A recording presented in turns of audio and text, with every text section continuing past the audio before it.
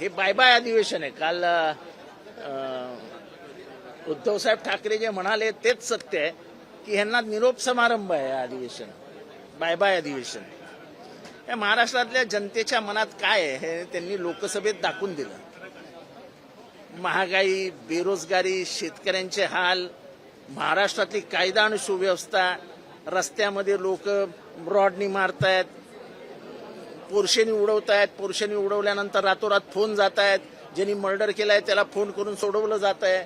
म्हणजे कायदा आणि सुव्यवस्थेचं 12 वाजवलेत. भ्रष्टाचार 40% कमी यायला तयारच नाही. आणि प्रत्येक मंत्र्यांनी आपापल्या केबिनच्या बाहेर बाजूला दलाल कक्ष उघडलाय. तो दलाल सगळं डिलिंग करतो, 40%ची फाईल क्लिअर करतो आणि 40% क्लिअर झाले की फाईल मंत्र्याकडे जाते. हे 40% सरकार झालंय. आणि त्यातनं मनुवाद. ह्यांचे शिक्षण मंत्री स्वतः म्हणतात की आम्ही 4 चांगले श्लोक पाठ्यपुस्तक घेतो आणि मनुस्मृतीतले चांगले श्लोक घेणं हे का वाईट आहे का? असं कोण म्हणालं? असं शिक्षण मंत्री म्हणाले. आणि सगळ्या पेपरला त्याचं कटिंग आहे. आता मनुस्मृती यांना चांगली वाटायला लागली असेल तर आमच्या भगिनी या वासनांध, हे कामुक, त्यांना वाचण्याशिवाय काही सुचतच नाही. आपल्या आईबद्दल असं बोललेलं कोणाला तरी आवडेल का? या पुस्तकाने चातुर्वर्ण आणलं. या पुस्तकाने क्षुद्र कोण ठरवलं आणि त्या क्षुद्रांचे अनेक शतकं, अनेक युग हाल झाली. ते क्षुद्र हे पुस्तक मान्य करतील का? आणि ज्या बाबासाहेबांनी हे पुस्तक जाळलं आणि सांगितलं की मनुस्मृतीने समाजाचं वाटोळं केलं, या देशात चातुर्वर्ण्याचा जन्म हा मनुस्मृतीने घातला, त्यांनी ते जाळून टाकलं आणि संविधान आणलं. मनुस्मृती हे संविधानाला चॅलेंज आहे. ते मनुस्मृतीचे श्लोक जर तुम्ही आणणार असाल तर तुम्ही मनुस्मृतीचा चंचू प्रवेश करू इच्छित होतात, मान्य करा. अजून कुठे कधी ते बोलले दीपक केसरकर की आम्ही आणणार नाही म्हणून? जे आणणार बोलले ते आणणार नाही असं म्हणतच नाहीत. नको नको ते येऊन बोलतात, नको नको ते येऊन बोलतात. तुम्ही विषय दिला महाराष्ट्राला, संविधान घालवणार हे तुमचे लोकसभेचे उमेदवार बोलायला लागले, तेव्हा आम्ही बोलायला लागलो. नंतर मग प्रधानमंत्र्यांनी सांगितलं आम्ही बोललोच नव्हतो. अहो तुमचे 42 जण बोलून गेले ना संविधान बदलणार म्हणून, तेव्हाच तर ते जनतेपर्यंत पोहोचलं. एकीकडे तुम्ही सांगता आहात की महाविकास आघाडी एक संघ राहील, परंतु दुसरीकडे संजय राऊत यांनी मात्र आज एक नवीनच सुरुवात केलाय. विधानसभा निवडणुकीमध्ये जोपर्यंत मुख्यमंत्री पदासाठी कुणाचा एक चेहरा पुढे येत नाही तोपर्यंत प्रचार करणं आणि जिंकून येणं कठीण आहे असं ते म्हणतात. ठीक आहे, ते वरच्या लेवलचे आहेत. संजय राऊत, उद्धव ठाकरे, जयंत पाटील, शरद पवार. आम्ही आपल्या टीव्ही समोर खेळत असतो, ते पक्षाच्या पॉलिसीज वगैरे असतो त्याच्यावर बोलत असतो. ते सीट शेअरिंग, मुख्यमंत्री वगैरे. मी काय मुख्यमंत्र्यांच्या स्पर्धेत नाहीये. मी कशाला उगाच डोक्याला ताप करून घेऊ? सर 8वी पास नरेंद्र मेहता नाही एक मिनिट. पण याच मुद्द्यावरून म्हणजे मुख्यमंत्री पदाच्या मुद्द्यावरूनच 2019ला शिवसेना आणि भाजप वेगवेगळी झालेली होती. आता महाविकास आघाडी एकसंघ असताना हा विषय येत्या काळामधल्या दुहीचा ठरणार नाही असं वाटतं का? अजिबात महाविकास आघाडीमध्ये कुठलीही दुही होणार नाही. जे काही प्रश्न आहे ते सामोपचाराने सोडवले जातील. कारण का आता वरचं नेतृत्व हे प्रचंड प्रगल्भ नेतृत्व आहे.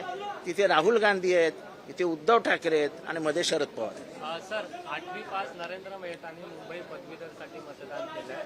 उत्तम प्रगती आहे, उत्तम प्रगती, उत्तम प्रगती. महाराष्ट्रामध्ये शिक्षणाचं किती भलं होतंय. 8वी पास माणूस ग्रॅज्युएट म्हणून सर्टिफिकेट मिळवतो, त्याचं भरलेला फॉर्म पास होतो. काय कमाल आहे, कमाल आहे महाराष्ट्राची. शेतकऱ्यांच्या विम्यावरून सरकारने खूप गाजावाजा केला होता. मात्र एक वास्तव समोर आलंय, शेतकऱ्यांच्या खात्यात फक्त 70 रुपये आणि 100 रुपये जावं विम्याच्या. अहो 70 रुपये आले ना. 70 रुपये काय कमी आहेत काय सरकारकडनं येणं? अहो 70 रुपये.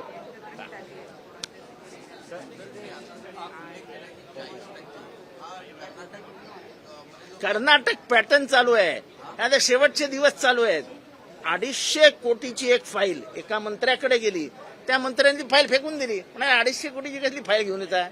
ही 1000 कोटीची फाईल बनू शकते. ही 250 म्हणजे 1000 कोटीची फाईल बनली. 40% 400 कोटी रुपये आले. मग वाटा बिंदास. मग प्रत्येक मतदारसंघामध्ये 60-60 कोटी, 70-70 कोटी कॅश वाटली गेली. हजार 5,000 रुपये मताला दिले गेले. लोकशाहीचा गळा घोटण्याचं काम जोरात सुरू आहे, जोरात. सर 10 वर्षाहून अधिक वर्ष देशात मोदींचं सरकार आहे. रेल्वे खातं त्यांच्याकडे आहे. मात्र मुंबईत रेल्वेचे सर्वाधिक अपघात होत आहेत. जगातली सगळ्यात लज्जास्पद. नाही, आपल्याला गरीब माणसाची ओळखच नाही. आपण रेल्वेचे साधे डब्बे कमी केले आणि एसी डब्बे वाढवले. मरतायत गरीब माणसं पडून.